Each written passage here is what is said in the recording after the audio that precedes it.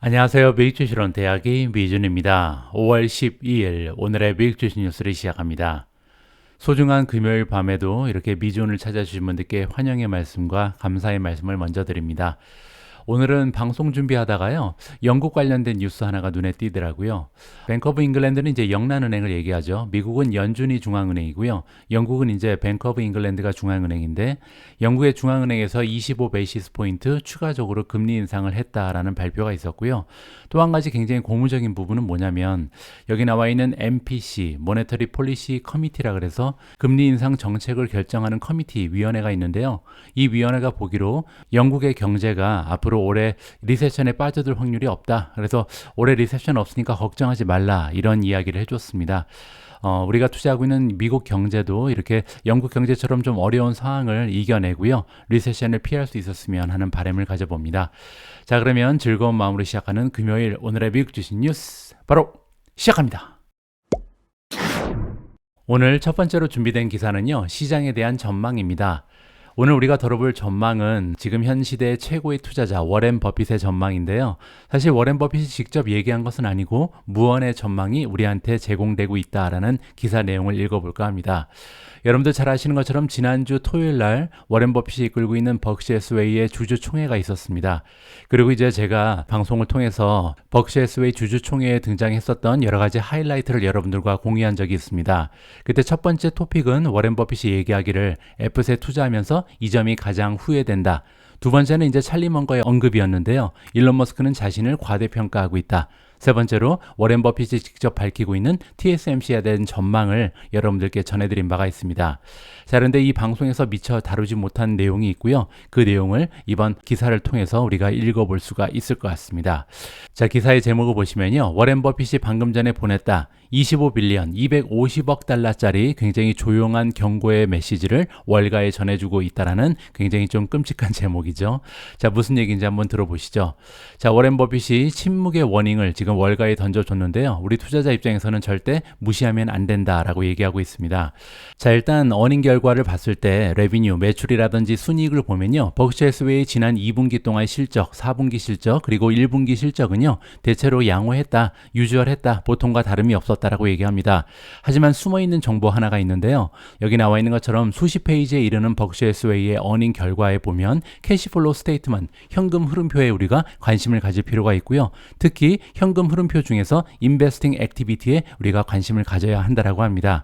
버크셔 해스웨이는 이제 투자 회사잖아요. 따라서 여러 가지 기업에 투자를 하고 주식을 사고 팔고 하는 그런 액티비티가 현금 흐름표에 나와 있는데요. 이 부분이 심상치 않다는 거죠. 자, 과거 수십 년 동안 더 오라클 오브 오마하, 오라클 오브 오마하는 워렌 버핏의 별명입니다. 자, 워렌 버핏이 이끌고 있는 버크셔 해스웨이는요, 항상 많은 현금을 보유하고 있었다. 현금이 굉장히 풍부한 그런 기업 중에 하나죠. 자, 그리고 이러한 현금을 이용을 해서 주식을 많이 매수하게 되면요, 투자자 입장에서는 이제 사인으로 이해를 하면 된다. 그 얘기는 이제 워렌 버핏이 주식을 많이 사면 지금 현재 시장 전망을 굉장히 좋게 보는구나, 시장에 대한 확신이 있구나, 이렇게 해석이 가능하다는 거고요. 자, 반면 워렌 버핏과 그의 팀이 주식을 많이 매도하게 되면, 따라서 산 주식보다 판 주식이 훨씬 더 많으면요, 지금 현재는 시장에 대해서 전망이 그렇게 좋지 않구나, 다른 메시지로 해석이 가능하다, 이렇게 지금 언급을 하고 있습니다. 자, 문제는요, 지난 1분기에 버크셔 해스웨이의 레포트를 보면 2.873 빌리언 정도의 주식을 매수했는데요, 판 주식이 훨씬 많습니다. 보시는 것처럼 13.283 빌리언 정도의 가치가 있는 주식을 매도를 해버렸거든요. 따라서 두 수치를 비교해 보면 10.41 빌리언 정도의 순 매도가 발생한 거다. 따라서 주식의 보유량을 많이 줄인 거죠. 자, 그런데 또 한 가지 우리가 주목할 부분이 뭐냐면요, 1분기에 이러한 현상이 처음 있는 일이 아니라는 거죠. 컨티뉴에이션, 따라서 2022년 4분기에 있었던 일이 계속해서 연속적으로 발생하고 있다. 자, 4분기를 보시면요, 워렌 버핏과 그의 팀은요, 1.68 빌리언 정도의 주식을 매수한 바가 있습니다. 자, 그런데 매도한 금액을 보시면 무려 16.32 빌리언을 정리를 했거든요. 자, 그렇게 되면요, 지금 16.32 마이너스 1.68이면 주식의 보유량을 무려 14.64 빌리언 줄였다라고 우리가 이해를 해볼 수가 있겠죠. 자, 그러면 4분기에 14.64를 줄였고요. 그리고 이제 1분기에는 10.42를 줄였잖아요. 그 의미는 무려 6개월 만에 25 빌리언 정도의 주식을 팔아치웠다, 이렇게 우리가 이해를 해볼 수가 있는 겁니다. 물론 이제 워렌 버핏이라는 투자자는 장기적인 관점을 가지고 투자하는 사람이고요. 항상 이제 미국의 미래에 대해서 긍정적인 전망을 가지고 있는 것으로 유명합니다. 투자자들한테 항상 주의해라. 미국의 미래에 반대 투자하지 말라. 이런 메시지를 종종 날리곤 하죠. 하지만 그럼에도 불구하고 불과 6개월이라는 짧은 시간 동안요. 워렌 버핏이 그의 포트폴리오에 들어가 있던 주식의 비중을 25빌리언, 250억 달러나 줄였다는 것은요. 결코 좋은 사인이 아니죠. 자, 어떻게 보면 적어도 단기적으로는 지금 워렌 버핏이 미국 주식시장에 대한 밸류에 대해서 좋은 평가를 하고 있지 않다. 따라서 워닝으로 받아들여야 한다는 것이 이번 기사의 내용입니다.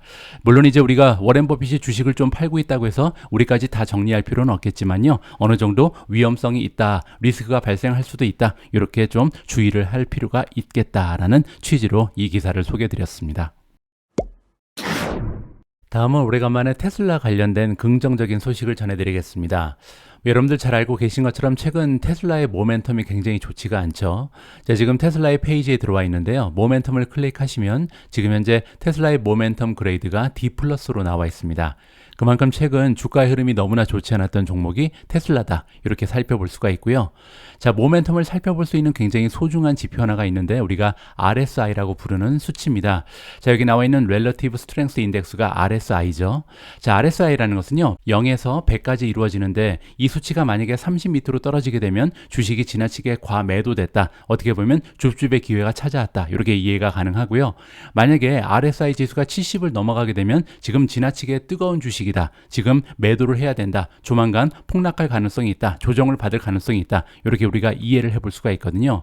자, 실제로 여기 좀 보시면요. 과거 RSI 지수가 16.56까지 떨어진 적이 있습니다. 그때 이제 테슬라의 주가가 109.10까지 떨어졌었는데요. 그리고 나서 이제 반등이 시작됐죠. 보시는 것처럼 주가가 쭉쭉 올라가면서 결국 200을 넘어서 207달러, 210달러 가까이 올라간 적이 있었죠. 그때 이제 RSI 지수를 보시면요. 무려 77.4를 찍었습니다. 따라서 70을 훌쩍 넘어섰죠. 그때가 이제 어떻게 보면 너무나 과매수돼 있기 때문에 조만간 조정을 받을 신호를 우리가 감지할 수 있었던 거고요. 그리고 나서 여러분들 알고 계신 것처럼 주가가 하락하기 시작했죠. 자, 계속해서 내려가면서 지금 보시면 다시 RSI가요. 어느 정도까지 떨어졌냐면 29.54까지 떨어진 적이 있습니다. 4월 26일이죠. 따라서 30 밑으로 RSI가 조정이 되면서 어떻게 보면 이번에는 과매도됐다. 줍줍의 기회가 찾아왔다. 이렇게 볼 수가 있는 거고요. 그때 테슬라의 주가는 153이었습니다. 만약에 그때 줍줍을 했다면 우리가 어느 정도는 이제 주가의 상승을 도모할 수가 있었겠죠. 자, 지금 현재는요. 주가가 172.08에 이르러 있고 지금 현재 RSI 지수는요. 50을 이루고 있습니다. 따라서 과매도도 아니고 과매수도 아니다. 따라서 RSI가 지금 어느 정도 안정되어 있는 상황을 보여주는 것이 테슬라다. 이렇게 이해를 해볼 수가 있는데요. 자, 이 테슬라 관련해서 제가 준비한 긍정적인 소식은 뭐냐면요. 트위터의 CEO에서 물러난다라는 굉장히 좀 기다렸던 뉴스입니다. 자, 일론 머스크가 얘기한다. 그는 새로운 트위터의 CEO를 뽑았다. 따라서 테슬라의 주가가 올라갔다라고 지금 이 기사에서 알려주고 있습니다. 자, 굉장히 흥분된다. 즐거운 마음이다. 발표하게 돼서 너무나 기쁘다라고 얘기하고요. 자, 나는 고용을 했다. 새로운 트위터의 CEO를 이번에 뽑았다라고 얘기하고 있고요. 자, she라고 나와 있습니다. 따라서 여성 CEO죠. 자, 이 새로운 CEO는요. 6주 안에 새롭게 시작할 것이다 라고 평소처럼 트윗을 통해서 발표를 했습니다. 자, 그리고 나는 이제 CEO에서 물러나고 나의 역할은 어떻게 되냐면요. 변화할 것이다. 이그제큐티브 체어니까요. 이제 회장님이 되시는 거죠. 회장님 역할 그리고 CTO, Chief Technology Officer로서 뒤에서 서포트를 하겠다. 지원을 하겠다. 이렇게 지금 이야기를 하고 있습니다. 자, 당연히 이러한 뉴스는요. 일론 머스크가 경영하고 있는 또 다른 하이 프로파일 컴퍼니 테슬라를 얘기하는 거죠. 테슬라의 주주 입장에서는 굉장히 반가운 소식이잖아요. 따라서 어제 테슬라의 주가가 한때는 2.6%까지 올라갔고요. 이제 2.1% 상승하면서 어제 증시를 마감했다라고 나와 있습니다. 자, 여기에 지금 트윗 내용에 따르면 이름이 나와 있지 않고 그냥 쉬라고 돼 있잖아요. 자, 하지만 지금 시장에서 예상하기를 아마도 린다 라카리노라는 분이 새로운 CEO가 됐다라고 지금 예상을 하고 있습니다. 자, 이분은 MBC 유니버설에서 에드 취비니까요. 광고 부분의 최고 책임자를 맡고 있다. 이렇게 이해가 가능하고요.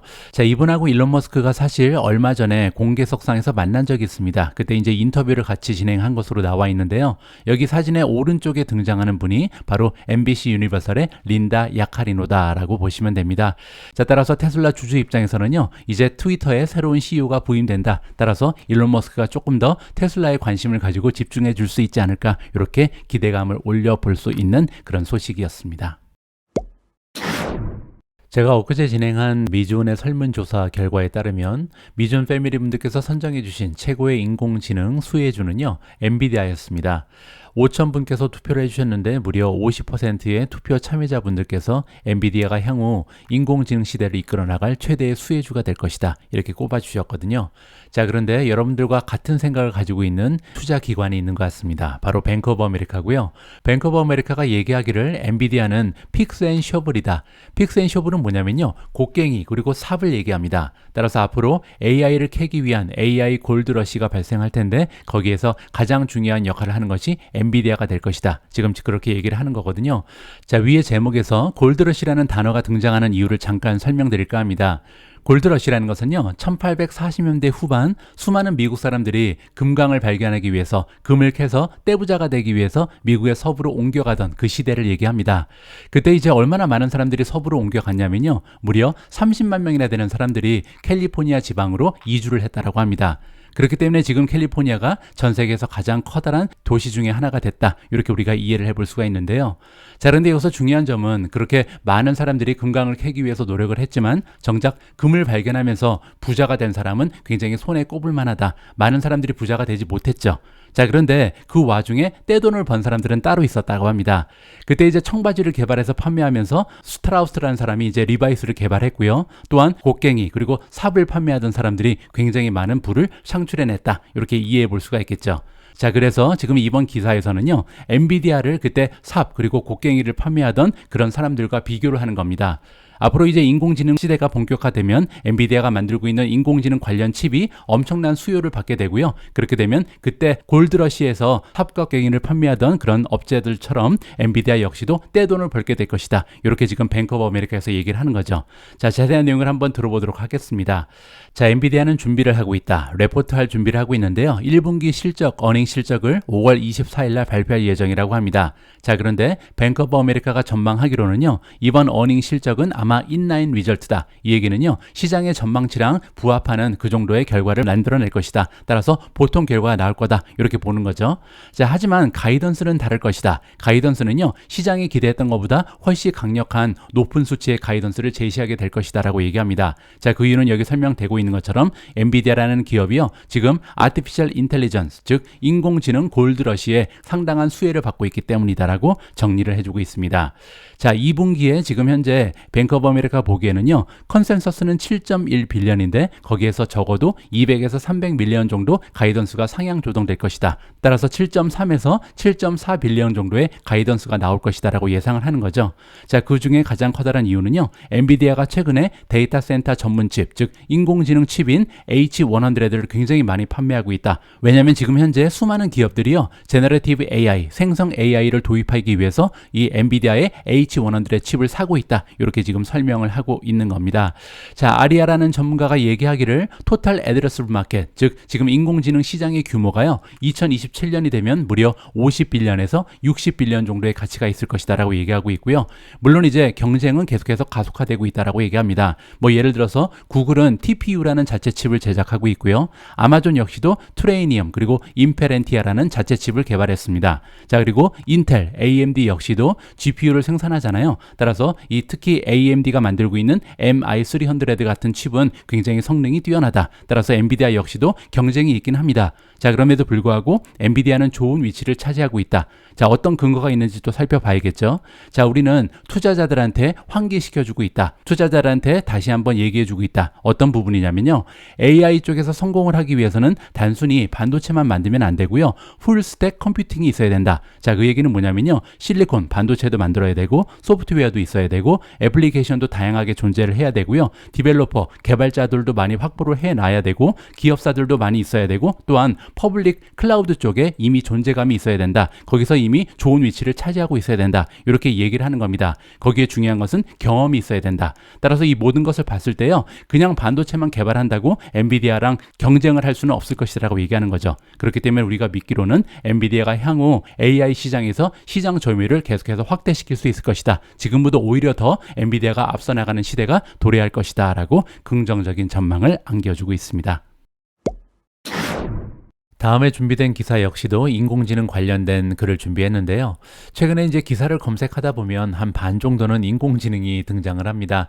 그만큼 이제 투자자 입장에서는 가장 많은 관심을 가지고 있는 키워드가 인공지능이기 때문에 미디어 입장에서도 인공지능에 관련된 아티클을 계속 내놓을 수밖에 없는 상황이다. 이렇게 점검을 해볼 수가 있겠죠. 자, 이번에 등장하는 기업은 메타 플랫폼즈입니다.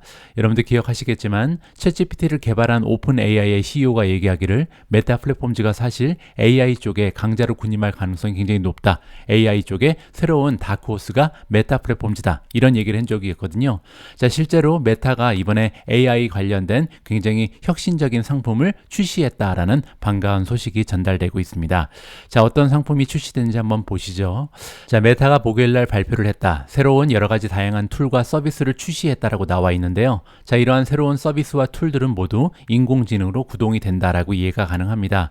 자, 그리고 이번에 새롭게 발표된 상품들은 어떠한 장점을 가지고 있냐면요. 광고주 입장에서 조금 더 효율적으로 광고를 만들 수 있다. 그리고 또 한 가지 광고의 결과를 향상시킬 수 있다.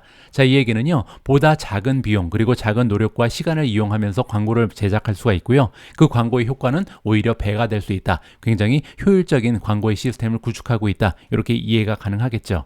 자, 이번에 뉴욕에서 개최된 이벤트를 통해서 메타가 출시를 했다. AI 샌드박스라는 것을 출시했는데요. 이 AI 샌드박스는 다른 이름이 테스팅 플레이그라운드입니다. 따라서 여러분들 오셔서 마음껏 즐기세요. 한번 사용해 보세요. 이렇게 초청을 하는 거죠.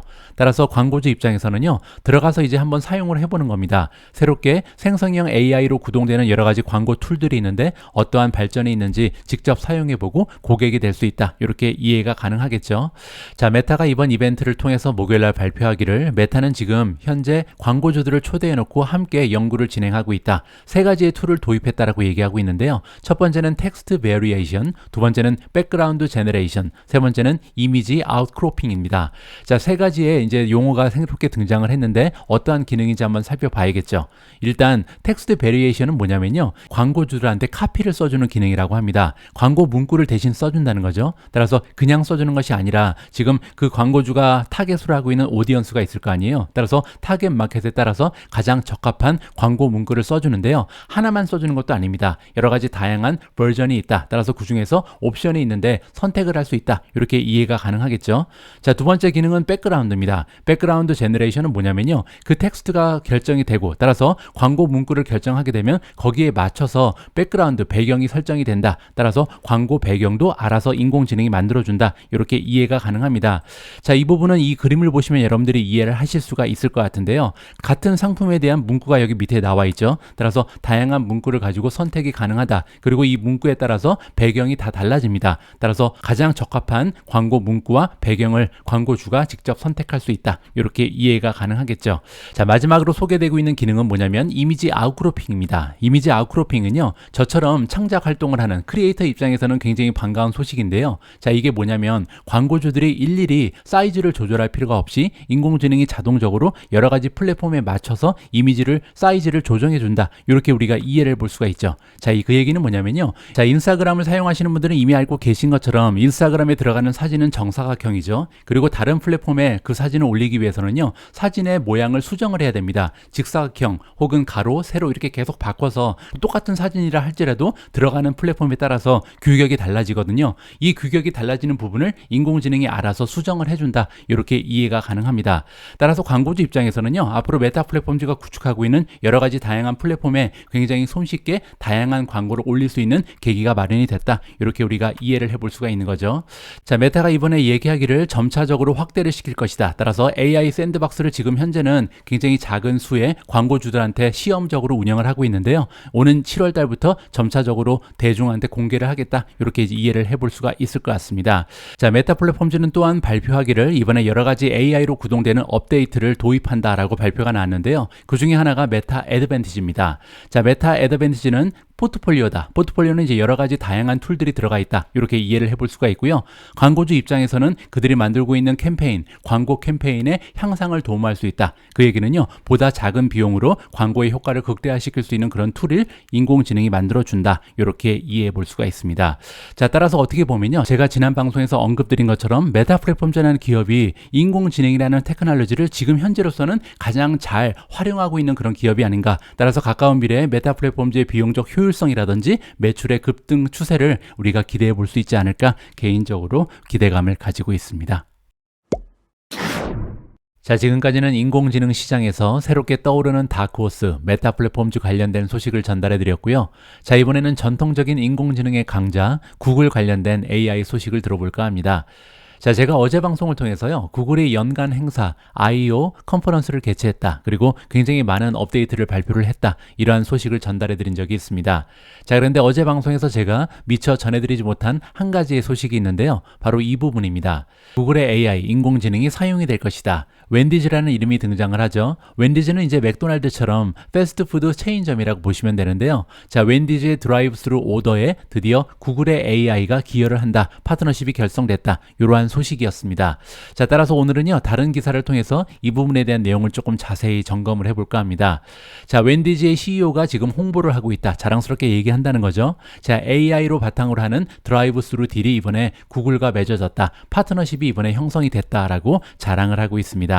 자, 어떤 내용인지 한번 보시죠. 자, 웬디즈와 알파벳이 소유하고 있는 구글이 두 기업이 이제 손을 잡고요, 함께 AI 챗봇을 만든다라고 나와 있습니다. 그리고 이번에 함께 만드는 AI 챗봇은요, 뭘 위해서 디자인됐냐면 드라이브 스루 오더를 위해서 디자인이 됐다. 자동차를 타고요, 그냥 한 바퀴 돌면서 주문하는 시스템을 드라이브 스루라 그러죠. 자, 미국에서는 굉장히 활성화되어 있는, 뭐 영국도 마찬가지입니다. 상당히 많은 사람들이 이용하는 그러한 주문 방법이 드라이브 스루다. 이렇게 보시면 되는데요. 이제는 여기에 인공지능 챗봇이 기여를 하게 됐다. 이렇게 이해가 가능하겠죠. 자, 이렇게 새로운 형태의 드라이브 스루 피처가 이번에 형성이 되면요, 테이크아웃 한다. 테이크아웃은요, 빼버리는 겁니다. 자, 슬로이스트 포인트니까 이렇게 드라이브 스루를 할 때 상당히 오랜 시간을 뺏기는 부분이 있는데 바로 오더하는, 주문을 하는 프로세스거든요. 자, 그 얘기는 뭐냐면 드라이브 스루 할 때 보통 스피커 앞에 서서 이제 나는 이거랑 이거 주세요. 이렇게 주문하는 과정이 있는데요. 이 부분에서 시간이 많이 소요됩니다. 자, 그런데 이번에 새롭게 인공지능의 힘을 받아서 이 부분을 완전히 빼버릴 수 있다. 이렇게 지금 얘기를 하고 있는 거죠. 자, 웬디즈의 CEO가 얘기하기를 새로운 기회가 창출될 것이다 라고 얘기합니다. 자, 그 얘기가 뭐냐면요, 영업시간을 증가시킬 수 있다, 확장시킬 수 있다라고 얘기하거든요. 따라서 밤새 영업을 할 기회가 찾아오고 있다. 자, 지금까지는요, 미국에서는 이제 사람을 구하기가 너무나 어렵죠. 따라서 이렇게 주문을 받을 사람이 없어서 밤에는 문을 닫는 경우가 굉장히 많겠죠. 그리고 이제 비용적인 문제도 있고요. 하지만 이제는 인공지능이 주문을 받는 시대가 도래가 하기 때문에 밤까지 계속해서 영업을 할 수 있다. 그렇게 되면요, 그쪽에서 이제 많은 기회가 창출이 되고 많은 매출의 증가를 우리가 만들어낼 수 있을 것이다 라고 전망을 내비치고 있습니다. 자, 따라서 지금부터는요, 이제 드라이브스루 들어갈 때 사람하고 대화하는 것이 아니라 뭐 예를 들어서 모바일폰이라든지 디지털 주문기를 활용을 해서 이제 인공지능한테 바로 주문을 하고요, 주문된 음식을 빨리빨리 찾아서 나갈 수 있는 그런 기회가 창출이 된다. 굉장히 편리한 시대가 도래하고 있다라고 결론을 내고 싶습니다.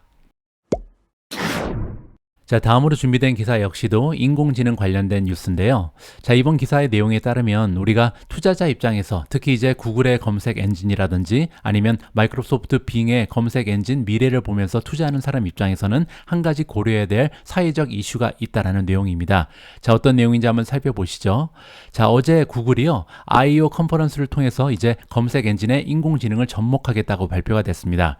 그렇게 되면요, 지금처럼 이제 검색 엔진에 들어가서 검색을 하게 되면 10가지의 다양한 웹사이트가 소개되는 것이 아니라 이제 대화형으로 검색창이 바뀌게 된다. 이렇게 이해해 볼 수가 있거든요. 그걸 이제 전문 용어로 여기 나와 있는 Search Generative Experience라 그럽니다. 인공지능과 대화를 하면서 검색을 한다는 얘기죠. 자, 그런데 문제가 한 가지 있습니다.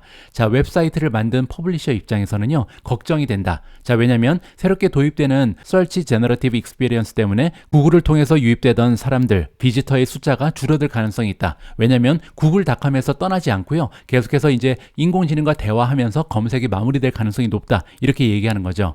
자, 그래서 이러한 웹사이트들을 운영하고 있는 사람들 입장에서는요, 이제 어떻게 하면 구글의 AI 아니면 마이크로소프트 빙의 AI가 그들의 웹사이트에 들어가 있는 정보를 가져가는 것을 막을 수 있을까? 이 부분에 대한 고려를 하고 있다. 이러한 기사 내용이 전달되고 있습니다. 굉장히 합리적인 걱정이고 불만 표시라고 생각을 합니다. 왜냐면요, 인공지능은 지금 웹상에 있는 모든 정보에 정보에서 가장 알찬 정보를 빼내서 지금 우리랑 대화를 하고 있잖아요. 자, 그런데 이러한 정보는 그냥 주어지는 것이 아니죠. 수많은 사람들, 웹사이트를 운영하고 있는 많은 사람들의 피와 노력 그리고 시간이 들어가 있는 결정체거든요. 따라서 이러한 정보를 과연 구글 그리고 마이크로소프트가 아무런 허락 그리고 수혜를 나눠주지 않은 채 그대로 활용할 그런 자격이 있는가, 이 부분에 대해서 우리가 고려를 해야 된다, 이런 내용으로 이해가 가능합니다. 자, 한 가지 예를 좀 보여드리면요, 지금 현재 구글에 들어가서 Best Places to Visit in the UK, 그래서 영국에 우리가 오면 반드시 방문해야 되는 최고의 관광지를 알려달라, 이렇게 지금 검색을 하게 되면요, 아래와 같이 검색 결과가 쭉 뜨게 됩니다. 자, 보시는 것처럼 10가지의 웹사이트가 소개가 되죠. 따라서 이 웹사이트에 들어가서 각각의 웹사이트에서 정리해주고 있는 최고의 관광지를 우리가 검색을 할 수 있는 이러한 구조로 구글 검색창이 되어 있거든요. 자, 그런데 다가오는 미래에는 구글이 이제 빙과 같은 형태의 검색창을 가지게 되겠죠. 그 의미는 뭐냐면요, 자, 지금 보시는 화면은 마이크로소프트가 운영하고 있는 빙의 검색창인데요, 제가 들어가서 영국에서 꼭 가봐야 할 관광지 리스트를 만들어줘, 그리고 그 각각의 관광지에 꼭 가봐야 하는 이유도 설명해 줘라고 지금 빙한테 부탁을 했습니다. 자, 그랬더니 이제 인사를 하고요, 영국에서 꼭 가봐야 될 리스트를 만들어 드리겠습니다. 자, 여기 다음과 같은 관광지에 꼭 가봐야 된다라고 지금 리스트를 만들었고요, 그리고 설명도 해주고 있습니다. 자, 그래서 조금 보기가 어려워서 제가 위에 정보를 표로 정리해줘 그랬더니 다음과 같이 깔끔하게 정리를 해줬거든요. 따라서 제 입장에서는 과거 방식대로 이제 웹사이트에 들어가서 일일이 확인하는 것보다는 이렇게 깔끔하게 정리된 정보를 접하는 게 훨씬 더 쉽고요, 유용하게 느껴질 가능성이 높겠죠. 자, 그렇게 되면 제가 굳이 다른 웹사이트에 클릭해서 들어갈 필요가 없어진다는 거죠. 자, 그런데 문제는 이러한 정보는요, 구글이 가지고 있는 정보가 아니라 각각의 웹사이트에서 취합한 것이다. 이 부분을 우리가 고려를 해야 된다. 그런 식으로 이번 기사를 이해해 볼 수가 있을 것 같습니다. 오늘 마지막으로 준비된 기사 역시도 인공지능 관련된 소식이고요. 자, 이번에는 ETF입니다. 아티피셜 인텔리전스, 인공지능에 투자하는 ETF가 52주 최고점을 돌파했다라는 소식이고요. 올해 들어서 YTD 수익률이 20%를 넘어가서 23%를 찍고 있다라고 기사의 제목이 알려주고 있습니다. 자, 이 ETF의 공식 이름이 나와 있습니다. 글로벌X 로보틱스 앤 아티피셜 인텔리전스 ETF라고 소개가 되고 있고요. 티커 네임은 BOTZ입니다. 자, 이 BOTZ라는 ETF가 목요일 날 52주 최고점을 돌파하면서 많은 투자자들의 관심을 가지고 있다라고 소개가 되고 있고요. BOTZ 같은 경우는 2023년 23.5% 주가의 상승을 도모할 수 있었다라고 나와 있습니다. 자, 보시는 것처럼 새로운 자금이 138.2밀리언이나 유입이 되고 있다. 따라서 점점 더 많은 사람들, 많은 투자자들이 인공지능 ETF에 관심을 가지고 투자를 진행하고 있다. 이렇게 이해가 가능하겠죠. 자, 참고로 BOTZ라는 ETF는요, 투자를 진행하고 있다. 어떤 종목에 투자를 하냐면 베네핏, 수혜주에 투자를 한다라고 나와 있고요. 어디에서 수혜를 입을 수 있냐면 최근 들어서 이제 로보틱스 그리고 인공지능에 대한 활용 그리고 도입이 계속해서 가속화되고 있는데, 이러한 추세에 발맞춰서 수혜를 입을 수 있는 주식에 투자를 하는 것이 BOTZ이다. 이렇게 소개를 하고 있습니다. 자, 이 밖에도 미국 증시에는 인공지능에 투자할 수 있는 ETF가 다양하게 출시가 되어 있는데요. iShares Robotics and Artificial Intelligence Multi-Sector ETF가 있습니다. 이 ETF 같은 경우는 티커 네임이 IRBO고요. IRBO는 지금 YTD로 수익률이 12.9%를 기록하는 중입니다. 자, 두 번째로 First Trust Nasdaq Artificial Intelligence and Robotics ETF가 있고요. 티커 네임은 ROBT입니다. 자, 이 ETF 같은 경우는 지금 13.8% 1월부터 지금까지 주가가 상승했고요. 자, 세 번째로 Wisdom Tree Artificial Intelligence and Innovation Fund가 있습니다. 티커 네임은 WTAI고요. 자, 이 ETF 같은 경우는 주가의 상승이 15.3% 1월부터 지금까지 보여져 왔다. 자, 마지막에 나와 있는 ETF UBOT 같은 경우는 수익률이 지금 45.9%를 찍고 있는데요. 그럴 만한 이유가 있죠. 자, 이 ETF 같은 경우는요, 아까 우리가 살펴봤던 BOTZ라는 ETF 있잖아요. 이 ETF의 2배짜리 레버리지 ETF다. 이렇게 이해하시면 될 것 같습니다. 자, 그래서 오늘 방송에서는요, 과연 이 ETF들이 어떠한 종목에 투자를 하고 있는지 이 부분을 체크해 볼까 합니다. 자, 가장 먼저 BOTZ를 살펴봐야겠죠. 오늘 기사의 주인공이었고요. 글로벌 X 로보틱스 앤 아티피셜 인텔리전스 ETF입니다. 자, 올해 들어서 23.5% 정도 주가가 상승했다고 말씀을 말씀드렸죠. 자, BOTZ 같은 경우는 어떠한 종목이 들어가 있나 봤더니요. 넘버원 종목은 인투이티브 서지컬입니다. 전체 자금의 9.96%를 담당하고 있고요. 자, 두 번째로 비중이 높은 종목은 엔비디아 9.27%. 자, 세 번째까지 보죠. KNS 코퍼레이션이 8.38%를 담당하고 있고요. 그 밖에 많은 종목들에 골고루 분산 투자를 하고 있다. 자, 전체적으로 49개의 종목에 분산 투자하고 있는 그런 ETF다라고 보시면 될 것 같습니다. 자, 두 번째로 보여드릴 ETF는 ROBT입니다. First Trust Nasdaq Artificial Intelligence and Robotics죠. 자, 이 두 번째 ROBT 같은 경우는요, 굉장히 좀 첫 번째 ETF랑은 다른 점이 있는데 바로 분산 투자입니다. 자, 보시는 것처럼 탑10 홀딩지를 보시면요, 가장 비중이 높은 종목이 블랙베리인데 블랙베리에 들어가 있는 자금이 2.59%밖에 되지 않거든요. 따라서 굉장히 많은 종목에 분산 투자를 한다, 이렇게 보시면 될 것 같고요. 뭐 팔로알토 같은 경우도 2.03%, 그리고 지금 10위에 턱걸이를 하는 기업이 일루미나인데 2.02%를 보이고 있습니다. 자, 그리고 탑10이 차지하는 비중이 21%밖에 되지 않고요. 전체 보유 종목의 숫자는 113개에 투자가 돼 있다. 따라서 BOTZ 첫 번째로 소개드렸던 ETF에 비해서는 굉장히 리스크를 줄이는데 주력을 하는 ETF다. 분산 투자가 굉장히 심하게 돼 있다. 이렇게 우리가 살펴볼 수가 있겠죠. 자, 하나만 더 보도록 하겠습니다. 이번에는 WTAI고요. Wisdom Tree Artificial Intelligence and Innovation Fund죠. 자, 밑에 먼저 내려가서 보유 비중을 보시면요. 자, 홀딩의 숫자가 75개입니다. 따라서 중간 정도의 홀딩 숫자를 가지고 있다. 분산 투자도 적당히 하고요. 집중 투자도 적당히 한다. 이렇게 보시면 되고요. 지금 탑10이 차지하는 비중은 22.6%에 불과합니다. 따라서 다양한 정보에 골고루 분산 투자하는 편이다. 이렇게 이해가 가능하겠죠. 자, 그 와중에 비중이 가장 높은 종목은 엔비디아고요. 전체 자금의 3.04%가 투자되어 있습니다. 자, 그리고 세 번째 AMD가 보이죠. 2.27%, 그리고 메타 플랫폼즈는 지금 2.14%를 담당하고 있고요. 케이던스 디자인이 2.12%, 타이완 세미컨덕터 TSMC도 2%의 비중을 가져가고 있다. 그리고 ASML이 1.92%. 따라서 어떻게 보면 반도체 쪽에 조금 더 치중을 해서 투자하는 인공지능 관련 그런 ETF다. 이렇게 정리가 가능할 것 같습니다. 5월 10일 오늘의 미국 주식 뉴스는 여기까지입니다. 오늘 방송도 마지막까지 함께해 주셔서 감사합니다. 그리고 시킹알파 관련해서 굉장히 중요한 업데이트를 하나 공지드리고 싶은데요. 굉장히 오랜 기간 동안 지속됐던 시킹알파의 프리미엄 연간 멤버십 $99 할인 혜택이요, 다음 주로 이제 종료가 된다라고 합니다. 정확한 날짜는 제가 월요일 방송을 통해서 여러분들과 공유를 해드리겠습니다. 자, 아무튼 $99라는 굉장히 저렴한 가격으로 이제 시킹알파의 프리미엄 멤버가 될 수 있는 기간이 얼마 남지 않았습니다. 따라서 평소에 관심이 있으셨던 분들은요, 이번 기회를 꼭 잡으셨으면 하는 바람을 가지고 있습니다. 우리 모두가 미국 주식 투자로 은퇴하는 그날까지 다 함께 화이팅입니다. 행복한 하루 되세요. 감사합니다.